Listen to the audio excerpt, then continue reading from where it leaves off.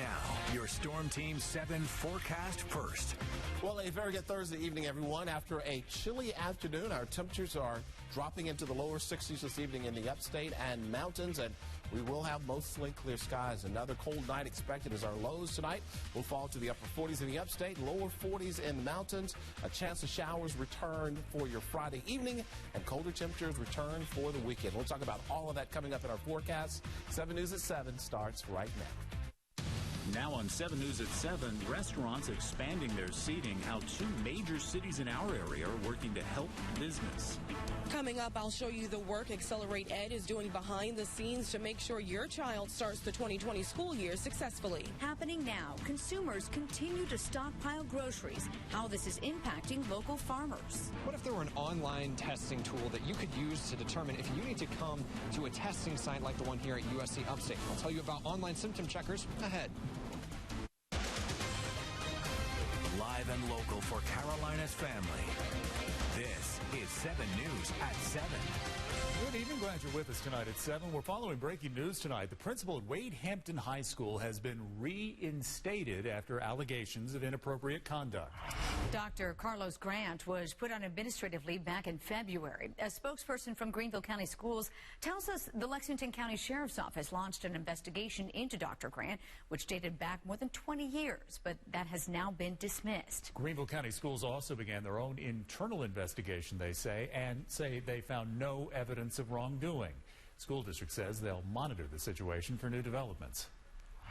Team coverage tonight. Restaurants across the state have now perfected their outdoor dining options, but some spots don't have a patio or seating that falls under those guidelines. We begin with 7 News' Ayla Ferrone explaining how certain businesses are getting creative. Outdoor dining continues to boom in downtown Greenville, and many businesses are getting creative with the ways they're social distancing. Thank you.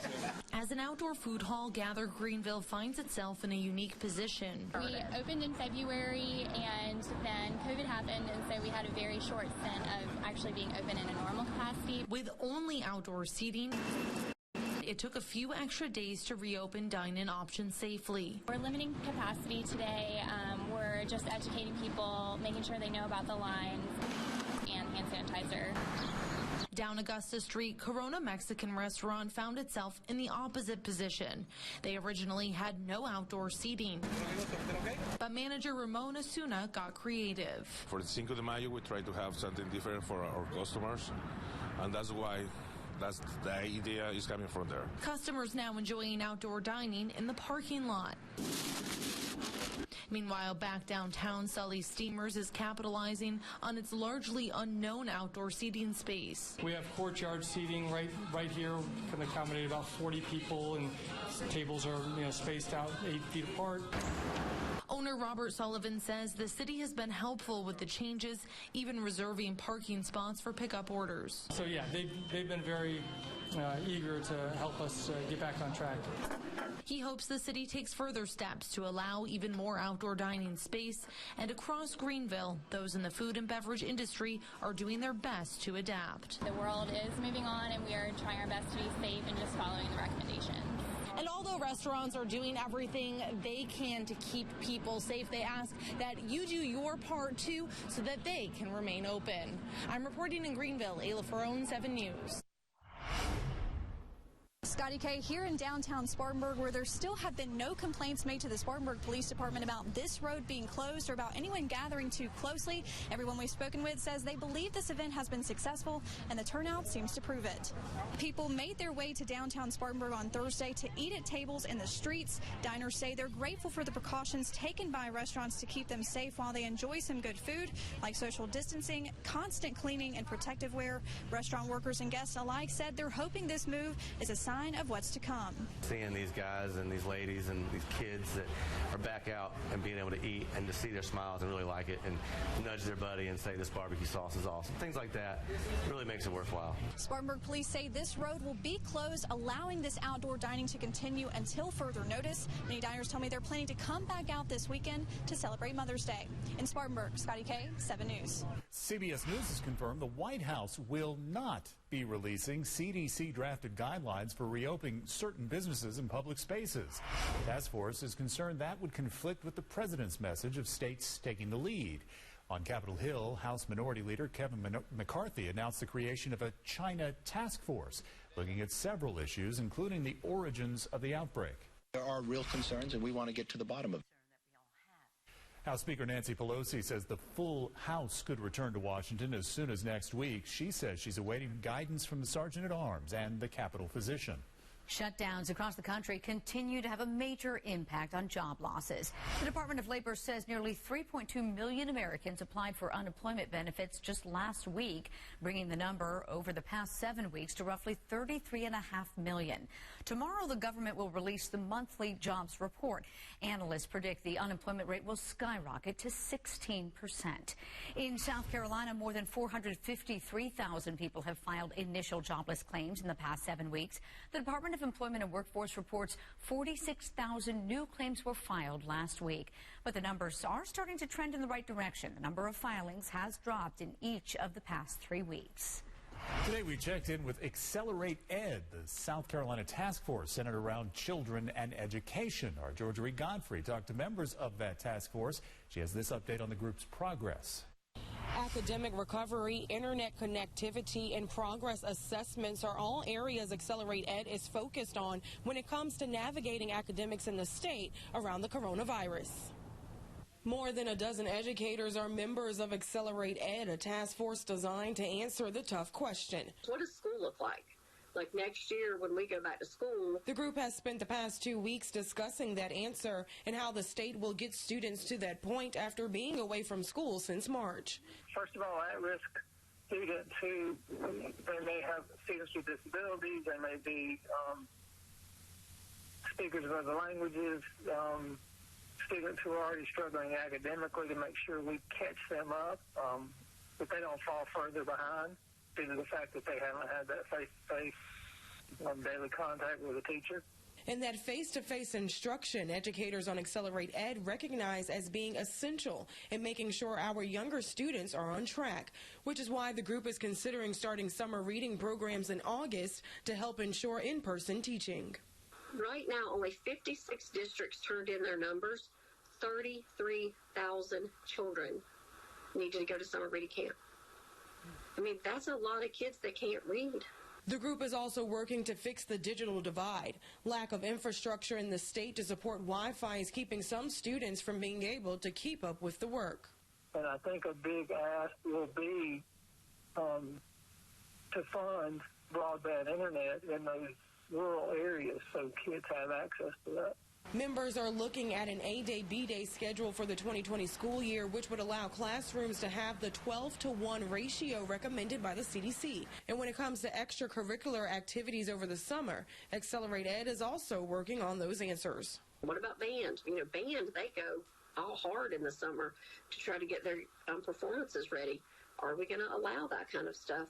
Accelerate Ed is hoping to have a list of recommendations for summer programs to the State Department of Education by May 22nd. In Columbia, Georgia Reed Godfrey, 7 News. The subcommittee groups of Accelerate Ed, which are operations, instructions, building and services, have been meeting this week. The full task force will meet again next week. Of course, the pandemic has caused a lot of disruption for high school seniors this year. A local high school deciding to honor its senior class today. They had this drive-through celebration, the cool graduation signs they hand out here. Each Dorman High School senior got a free lunch, those yard signs, a Class of 2020 t-shirt. Also able to pick up their caps and gowns for graduation. The event ran today from 11 until 4. This is a remarkable group of kids, and we wanted to make sure we highlighted some of the great things that they've done throughout the school year. And we don't want this year's senior class to be remembered for the COVID-19 crisis. We want them to be remembered for the remarkable group of kids they really are.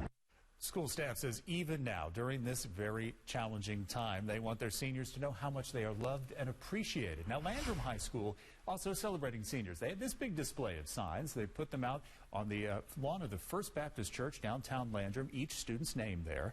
Also worked with Spartanburg County District 1 to hang banners in the town with each student's picture. And of course, we do want to say congratulations to all of the graduating seniors in 2020. A reminder, 7 News wants to help you do that with the class of 2020. You see this graphic here on the screen? If you find that on our webpage, WSPA.com, and send us a picture of your graduating senior, we'd like to include it in our class of 2020 photo gallery. Healthcare workers in downtown Greenville got a big surprise today from the Foothills Mustang Club of the Upstate. Take a look here. 12 Mustangs arrived at the Bon Secours St. Francis Hospital downtown to celebrate staff members. That parade was complete with honking and signs to let staff members know their community appreciates them.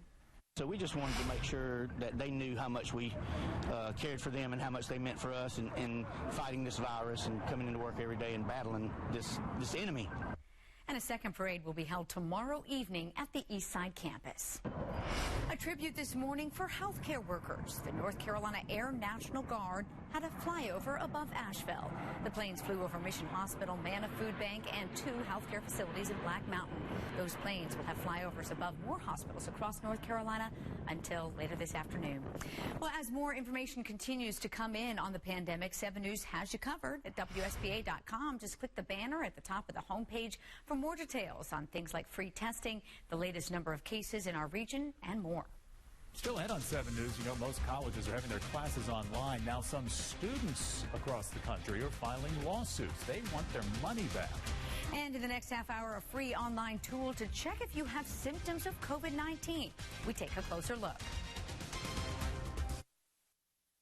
Colleges had to scramble to move classes online after the disease shut down college campuses, but a growing number of students say they're not getting the academic experience they paid for. As Chris Martinez reports, more than 24 class action lawsuits have been filed asking for refunds. When the coronavirus shut down colleges across the country, students mourned the loss of campus life. It's very unfortunate that my senior year has come to an end this way. And many started wondering about refunds. How are people going to get their money back from paying this tuition for the semester?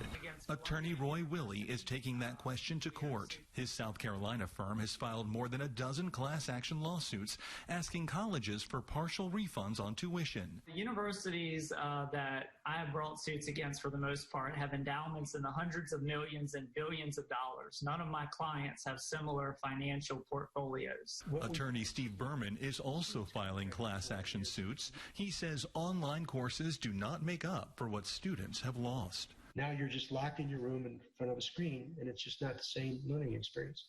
It's not as motivating for the kids either.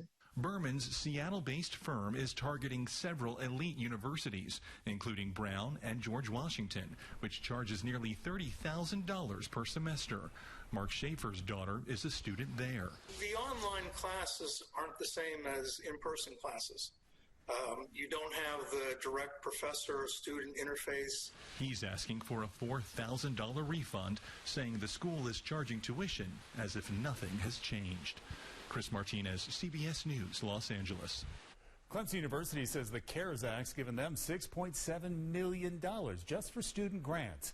That money will help students cover expenses from the spring semester and help reimburse some for food, housing, course materials. Clemson says about 9,000 students got grants from $500 to $1,000. Coming up on 7 News, how multiple agencies honored a fallen trooper with a special celebration for his daughter. And we take a look at clearing skies overnight and much colder temperatures heading our way as we head into your weekend. We'll talk about that and a chance for rain in your Friday forecast when we return. Well, members of a number of agencies showed up for a surprise birthday parade to honor the daughter of a fallen trooper. Trooper Daniel Keith Rebman was killed when his vehicle was struck by another car on I-385 in October of 2017. Officials from South Carolina Highway Patrol, Greer Police, Simpsonville Police, Greenville County Sheriff's Office, and many others showed up for this birthday parade. When you've had a loss like my daughter has had, it's even harder. And so for his comrades and brothers and our first responder family to show up and let us know we're not alone just means a lot. And by the way, check out this canine officer. He has been named after Trooper Redmond to honor his service.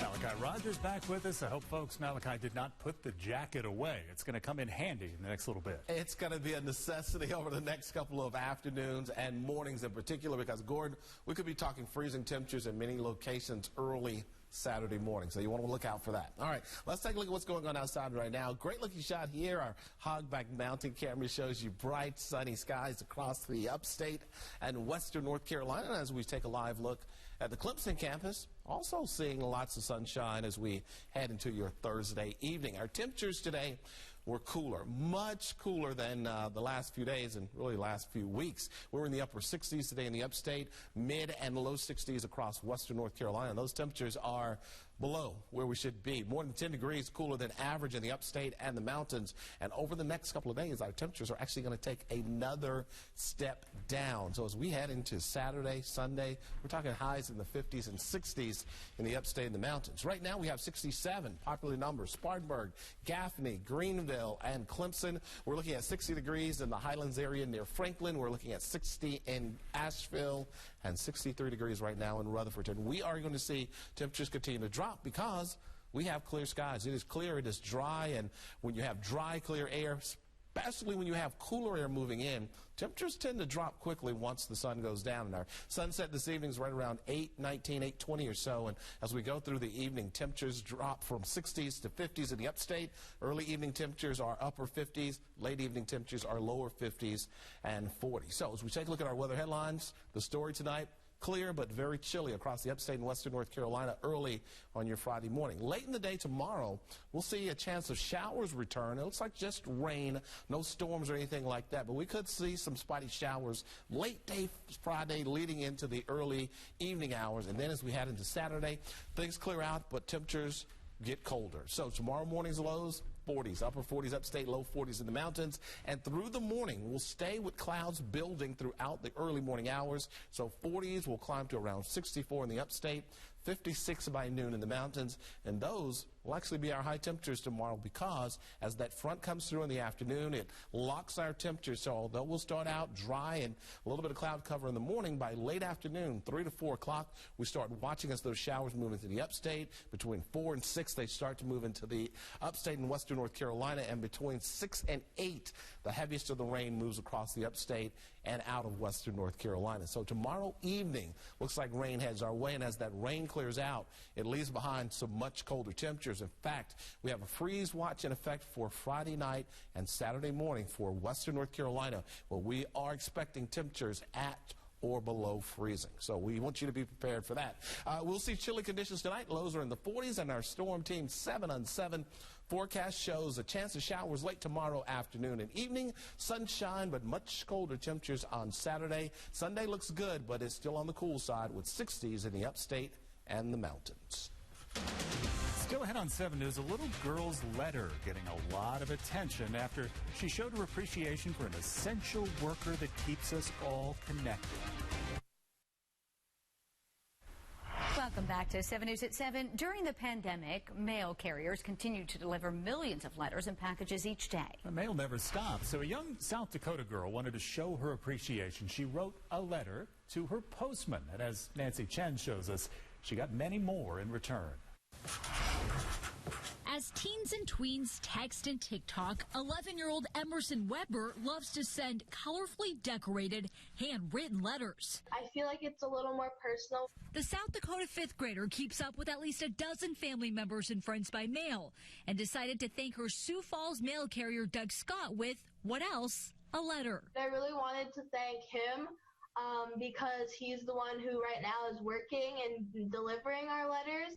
The next day, Scott and his supervisor wrote back with their appreciation and shared her note in an employee newsletter.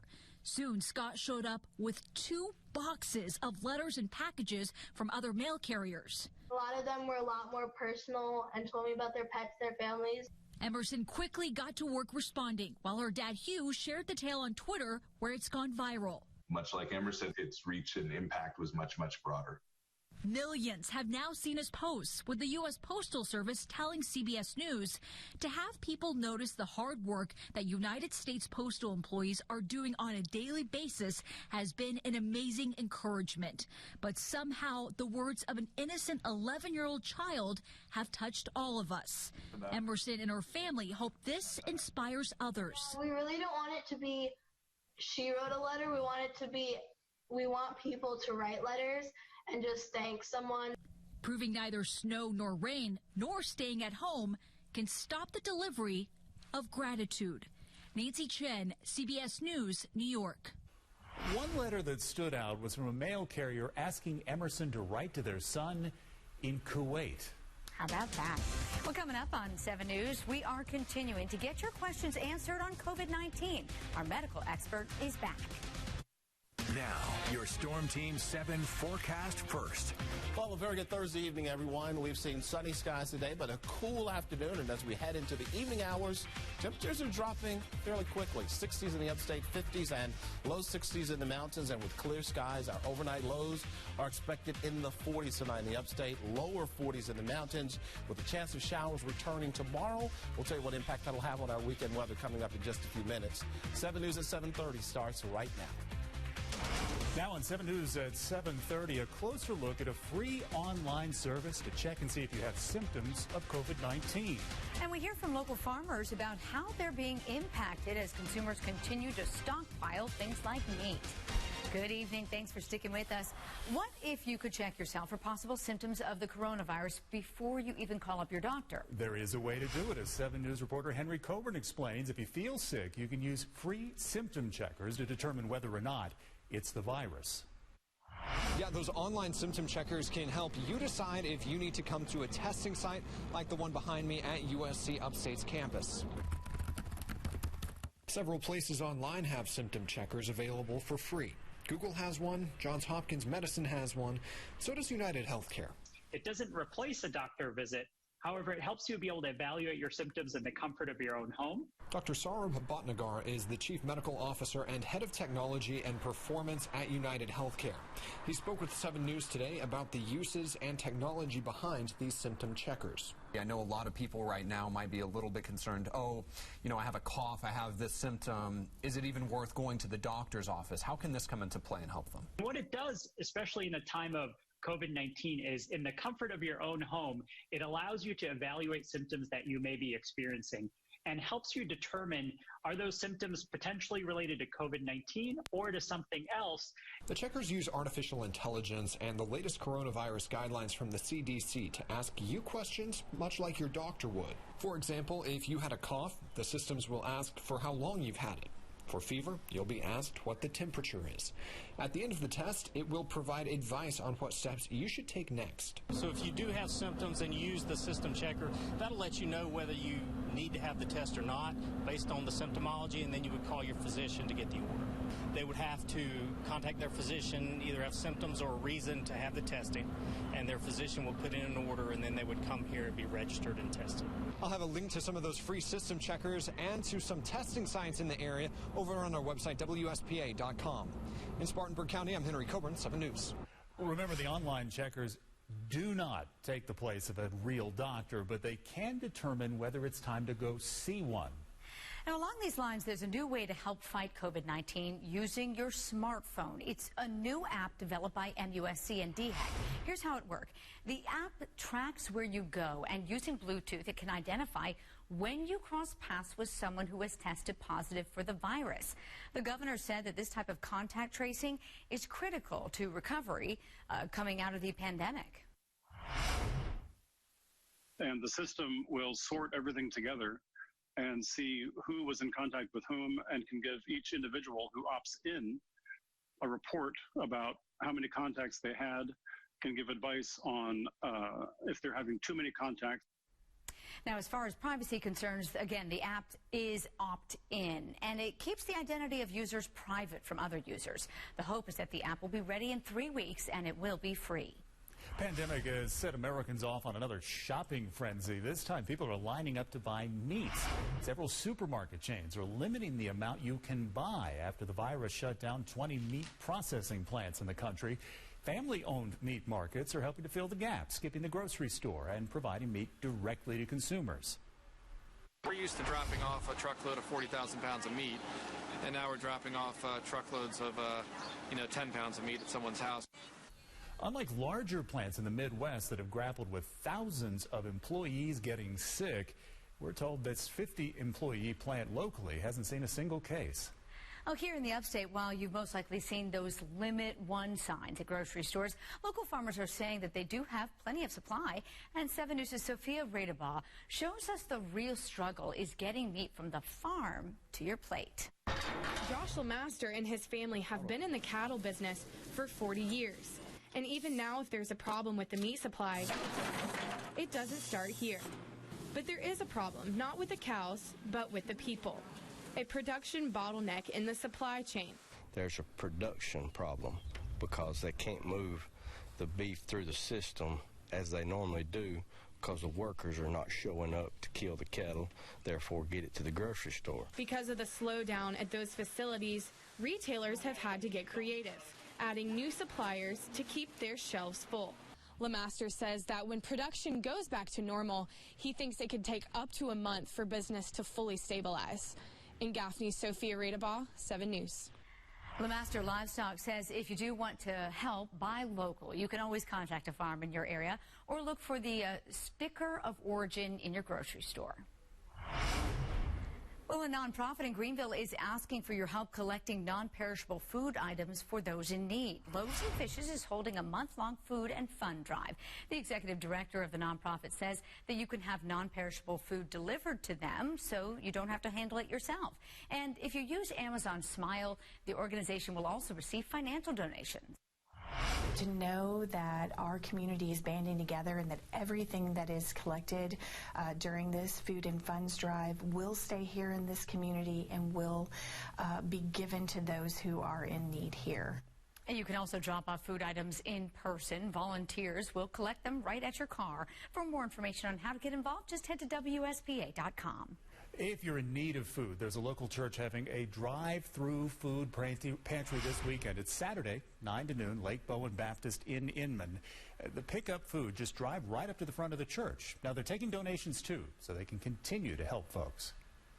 We're continuing to get your questions answered as the pandemic continues. 7 News anchor Ben Hoover sat down with our medical expert, Dr. Cedric McFadden. We've heard from one of our viewers, Rachel. She says, we talk a lot about things becoming normal when we get a vaccine, but will this be like the flu vaccine where the strain might be different? So viruses mutate. That's a very normal, common part of their life cycle. But not every mutation is a big event. Some of the mutations go without any notice from scientists or vaccines, and some of the mutations come that actually may weaken that particular virus. Some may come that may actually make it worse. It's a little too early to tell what this virus would do with the vaccine as those human trials are just starting for this vaccine, but it's a normal part of viruses to mutate. We should expect that to happen, but not every mutation leads to some catastrophic event. Okay, next question from another viewer. Are there things that we can do to preventively to strengthen our immune and respiratory systems? Not to necessarily keep COVID-19 away, but to be in the best shape to fight it off, I think is what they might mean. So a lot of interest here in, whether it's diets, whether it's supplements and things like that to boost your immune system. But there's some basic things that you can do even if you have COVID-19 or if you're trying to stay healthy enough. It's the basics. It's the mundane. It's rest. It's eating well. It's staying stress-free. And if you're smoking, always a good idea to quit smoking. But there's really nothing that you can do extra. There's no scientific basis of any other boosting of the immunity system other than the basics. Certain diets may mean that you need a supplement, whether it be vitamin D if you're on a plant-based diet. But aside from that, you should really just focus on eating the colors of the rainbow, resting well, staying stress-free, and again, if you're smoking, to quit. Okay, another viewer asking about UV light. That's been in the headlines lately to treat COVID-19. Has this actually been tried, and what do we know about that? So UV light is used as a disinfectant to clean, equipment or spaces that may be infected. But it is by no means a way of treatment. In fact, it can be dangerous to use for humans, whether it be because it can lead to things like skin cancers, melanomas. So it's not a form of therapy that anyone should be trying to rush off to actually have done. Okay. Well, I know here in South Carolina, when the month of May hits, we start thinking about where are we going to take our children when it gets hot as blazes outside. Yeah. We're thinking about pools, public pools, neighborhood pools. One of our reporters asked yesterday to DHEC, what will their, are they working on guidelines to come up with to open some of these pools? I know you're not on that committee, but what things will they be considering? So the CDC has said on their website and in their guidelines that there's no proven risk of transmission of COVID through the use of pools, especially if they're being properly maintained with chlorine, et cetera. The bigger issue there is what happens while you're at the pool. Are you maintaining social distancing? Are you using the same equipment that someone else is using? Are you using clean utilities? And so those are going to be the primary focus of that particular interest is how are we doing when we're at the pool? Not so much in the pool, but where we're at and around the pool. Okay, all right. Well, you never know with kids who are underwater and they pop up where they might be. So it might be tough with social distancing, but we'll see how it goes. All right, Dr. C, thanks so much for being here. We appreciate it. We'll see you next week. Yeah, thank you. Now to a 7 News Web exclusive. While states are starting to relax stay-at-home orders, we're still hearing about people not following suggested safety guidelines. Several of you have called and emailed about this, which begs the question, are we being safe or are some of us kind of turning into tattletales? Well, a Greenville therapist says the focus isn't on the telling, but on the motivation behind that. It can't come from a place where it's just all about me and me getting ahead or you taking away something from me. It has to be in a way like I am mutually concerned for your well-being and everybody's well-being, not just kind of like I'm concerned about me, so you need to stop doing because what you're doing is affecting me. Some good advice there. 7 News' Tatiana Cash dives into the topic of community policing and speaks with others on how society views breaking the rules. Just visit her story on WSPA.com. Still ahead on 7 News, airlines are working to stay afloat as sharp decreases in travelers continue. Some are changing their ticket pricing. Airlines are struggling to stay in business during the pandemic. The industry faced some tough questions from senators about their ticket prices. Frontier Airlines is scrapping plans to charge customers another $39 to sit next to an empty middle seat. U.S. air travel has dropped roughly 90% compared to this time last year. In the most recent week alone, passenger volumes declined to levels that we have not seen since the 1950s. Before the dawn of the jet age. I do think that things will get back to normal, but not until we defeat this pandemic. Now, most flights are near empty these days, but some airlines have created more crowded flights by canceling some and then packing passengers into fewer planes. Well, Malachi, for those of us like myself who put the sweaters in the back of the closet, I guess we kind of might have to pull those out for the next couple days, You're right? going to have to dig a little bit deeper over the next few days. Absolutely, Diane. We're talking near freezing temperatures in the upstate, and we could see some freezing temperatures in the mountains by Saturday morning. So, again, today was a little bit of a preview of that. Let's take a look at what's going on outside right now. We start with a live look at Hogback Mountain. Clear skies, but it is chilly across the region as we take a live look. Also have a bright sunshine over the 85-35 corridor, the Gateway Project, if you will, over Greenville. Barely a cloud in the sky. And that's going to be good news because heading into tonight, we have our last super moon of 2020.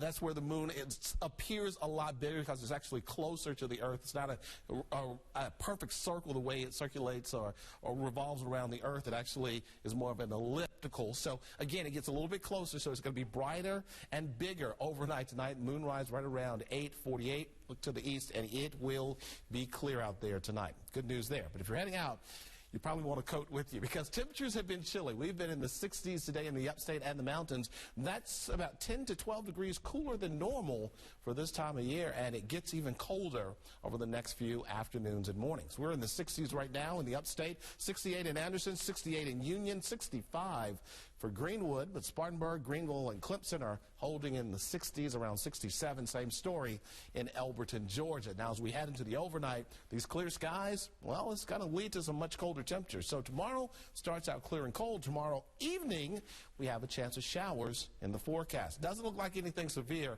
but what we will see are scattered showers across the area starting really around 6 or 7 o'clock in the upstate and a little bit earlier than that in the mountains. Those showers clear out, and behind that we see sunshine, sunshine, sunshine, and mostly sunny skies as we head into your Tuesday. But the temperatures are going to be the big story. So tomorrow morning, chilly. Low 40s in the mountains, mid 40s in the upstate.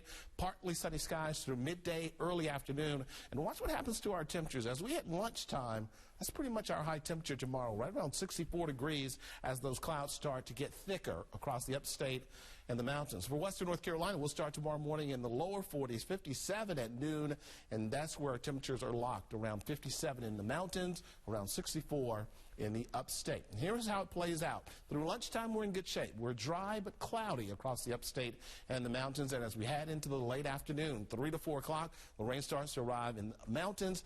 4 to 6, it arrives in the upstate, and right through sunset, we expect those showers in the upstate of South Carolina. The rain clears out by tomorrow evening, and it's clear tonight, but cloudy tomorrow. Showers in the evening hours tomorrow, dry, sunny, and cold. Heading into your weekend, as highs are a mixture of low 60s and 50s on Saturday, but upper 60s on Sunday.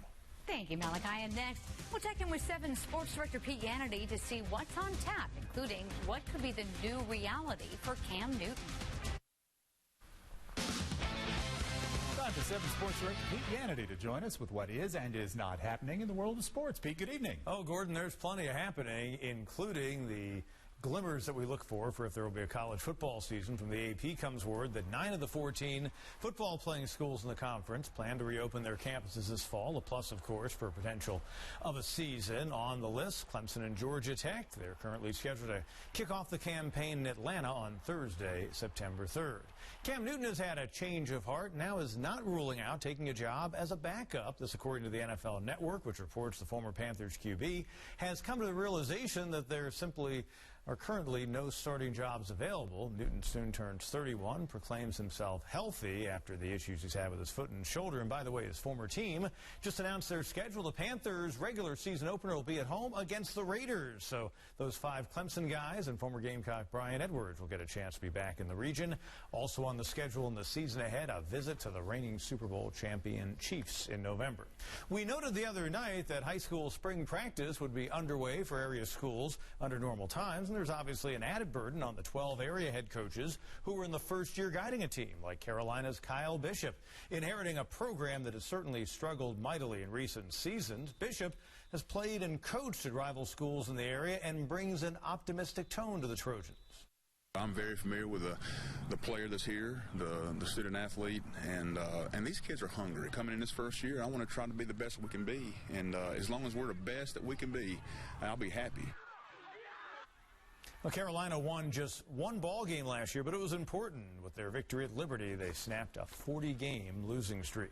At 6 tonight, we honored Powdersville's Lexi Albright as our 7 Senior Standout series continued. Now, she just helped the Patriots win back-to-back state titles, and she told us this story about the fact that the rings that come along with such an accomplishment have been a real attention-getter when family comes to the home. I have 6 nieces and nephews, so they're all like, let me touch it, and then they put it on their finger, and it's way too big. And they're just like, they think it's the coolest thing ever. And I mean, I think it's the coolest thing ever, too. They beat Gilbert this past fall for their 2nd consecutive crown. 2 years ago when they won the championship, they unseated a Bishop England team that had won the state championship for nearly 2 decades running. And finally, IndyCar is setting its date to return to the track. It'll be June 6th at Texas as they'll pick up their scheduled date there and run without fans in attendance. As you may know, the Indy 500 has been moved to later in the summer from its Memorial Day date. Gordon. Volleyball player crushes those spikes, doesn't she? Yes, she does. All right, Pete, thank you. More news right after this. It's been another busy day of developments in the coronavirus crisis. Here's a recap of the latest. Accelerate Ed met today to discuss a plan on getting students caught up with schoolwork in time for the next school year. You can also check your symptoms for free online to see if you need to get tested.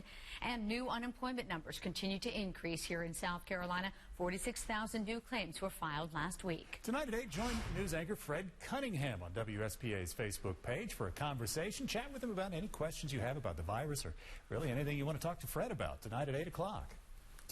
And we take a look at the forecast. That overnight is going to be clear across the upstate and western North Carolina. We'll see plenty of sunshine early tomorrow, but late in the afternoon there's a chance of showers, and temperatures tomorrow are in the 60s. Evening showers, not storms, but rain tomorrow evening, and then it clears out, turns very cold on your Saturday morning. We're looking at near freezing temperatures in the upstate and the mountains before temperatures bounce back on Sunday in the mid to upper 60s. Thank you, Malachi. And that is all for this edition of 7 News at 7. We'll see you back here for 7 News at 10 on Carolina CW and right here at 11. Have a great night, everybody.